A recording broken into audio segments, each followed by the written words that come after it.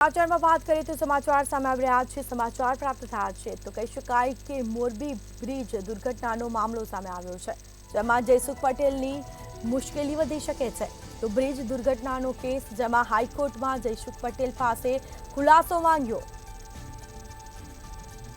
Contempt દાખલ કરવા અંગે ખુલાસો માંગવામાં આવ્યો છે। ઓરેવા કંપનીની બેદરકારી બદલ નોટિસ ફટકારવામાં આવી છે।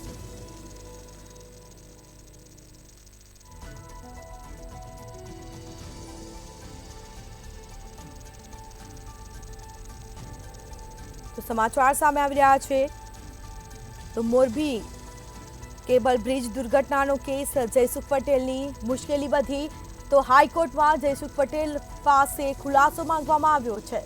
કન્ટેમ્પ્ટ દાખલ કરવા અંગે ખુલાસો માંગ્યો છે તો ઓરેવા કંપનીને બેદરકારી બદલ નોટિસ પણ ફટકારવામાં આવી છે। તો બેદરકારી બદલ નોટિસ ફટકારવામાં આવી।